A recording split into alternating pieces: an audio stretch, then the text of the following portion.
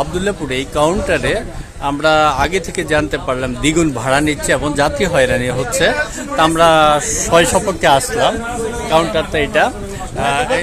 এই যে দেখেন ভাই, আপনার কি দ্বিগুণ ভাড়া নিচ্ছে? দ্বিগুণ ভাড়া নিচ্ছে। দেখেন আপনার অসহায় যাত্রী তারা আসলে একটা লোক যদি আপনার যাইতে হ্যারাসমেন্ট হচ্ছে, ভাড়াও দ্বিগুণ দিতে হচ্ছে, ঘন্টার পর ঘন্টা দাঁড়িয়ে থাকতে হচ্ছে।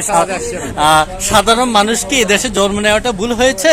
দেখেন এই বয়স্ক চাচাটা কতক্ষণ 5টা বাজে আসছে, এখানে 5টা বাজে আসছে, এখনো গাড়ি পাইনি, ভাড়াটা দ্বিগুণ। তো দর্শক, আমরা আইন শৃঙ্খলা রক্ষাকারী বাহিনীর একটু হেল্প নিচ্ছি। সাধারণ মানুষ এত হয়রানির শিকার হচ্ছে। আমার টিকিটে লেখা আছে 9টা 15 গাড়ি, কিন্তু এখনো গাড়ি পাচ্ছি না।